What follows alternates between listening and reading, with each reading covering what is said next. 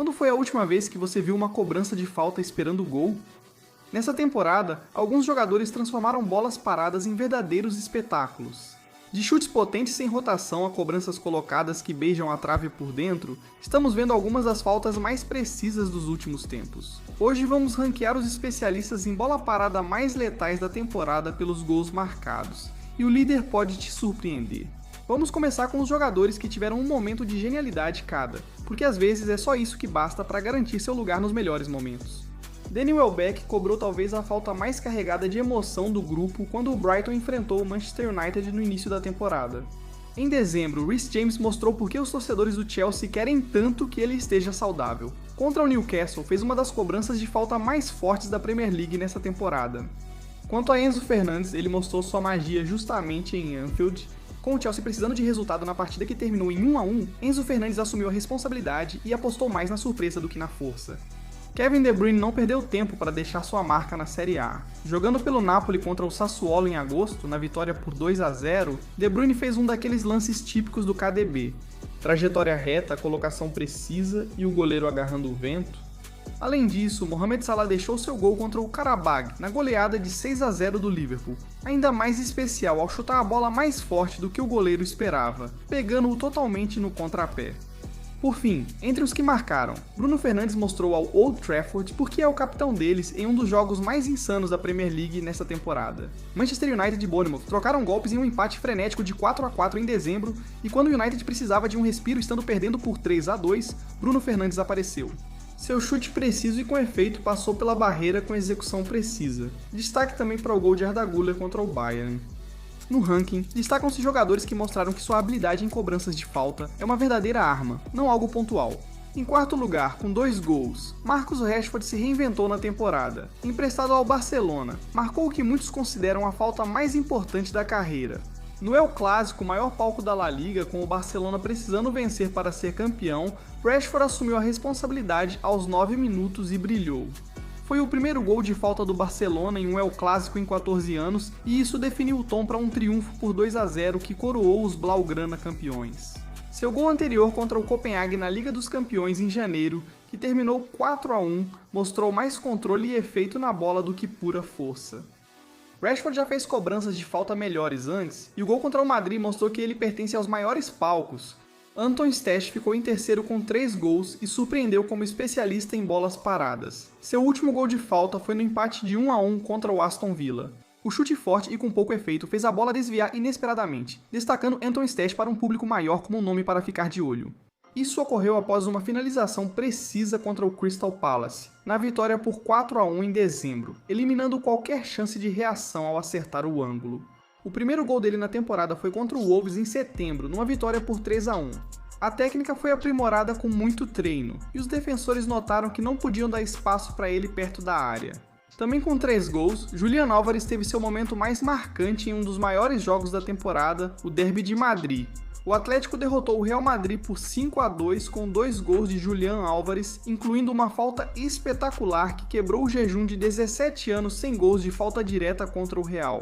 A técnica era uma mistura brilhante de knuckleball e curva, batida com o peito do pé de lado para gerar forte queda no final. Thibaut Courtois não teve chance. O gol aconteceu logo após Julian Álvares marcar um hat-trick contra o Rayo Vallecano, confirmando sua melhor fase. Ele marcou seu primeiro gol contra o Espanhol em agosto, numa derrota por 2-1 com um chute preciso, e depois fez outro contra o Barcelona nas quartas da Liga dos Campeões. No jogo de ida, uma vitória por 2-0, onde seu movimento mínimo de preparação e a queda repentina da bola mostraram sua evolução como um atacante moderno completo, capaz de marcar todos os tipos de gols. Chegamos aos 2 primeiros colocados, onde as coisas ficam interessantes. Ambos marcaram 5 gols de falta. Em segundo lugar, Alejandro Grimaldo vem aterrorizando os goleiros da Bundesliga há mais de 2 temporadas. Sua atuação de destaque foi em setembro, quando o Leverkusen enfrentou Eintracht Frankfurt no primeiro jogo do técnico Kasper Schürmann. Grimaldo marcou 2 gols de falta em uma vitória por 3-1, sendo apenas o segundo jogador a conseguir esse feito em mais de uma década na Bundesliga. O primeiro dele fez uma curva perfeita por cima da barreira, bateu na trave e voltou para o gol após rebater no goleiro que se jogava. O segundo, já nos acréscimos e com o Leverkusen com 9 jogadores, teve mais potência, mas manteve seu efeito característico.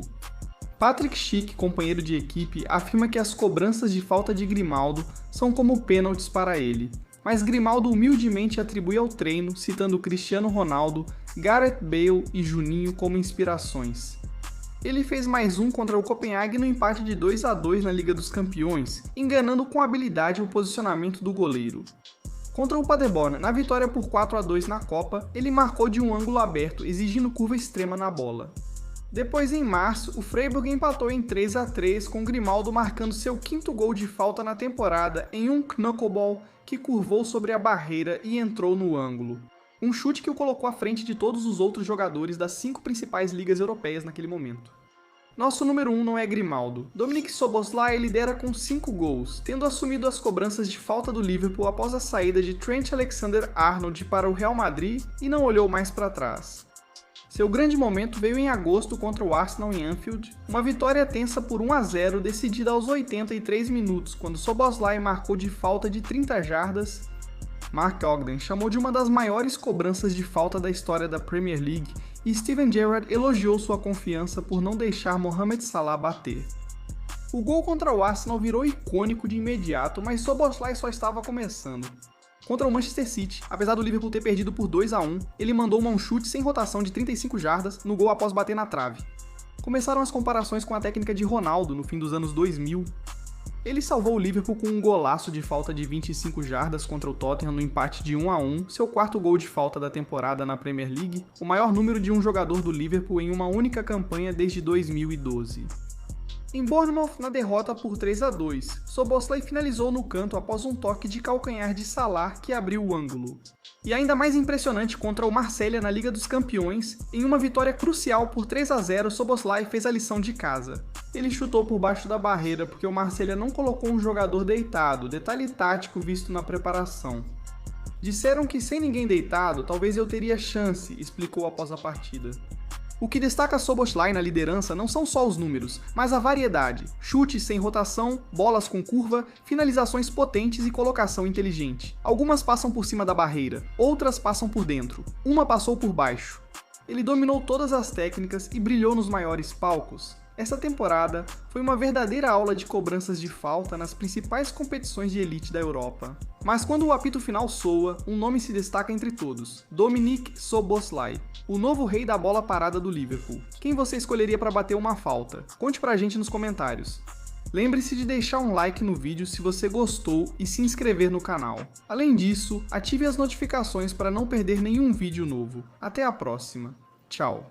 E aí, família Go90, tudo certo? A temporada da Copa do Mundo chegou e vocês já conhecem o clima aqui no canal? Então, para todo mundo que está com a gente, a Go90 Shop tem camisas da Copa do Mundo para todo o time, homens, mulheres e crianças. Representando qualquer país, temos para você uniformes titulares e reservas, clássicos discretos e chamativos, energia de dia de jogo. E é tudo com carinho da nossa parte. Frete grátis para o mundo todo. Garanta a sua agora e vamos viver esse torneio juntos.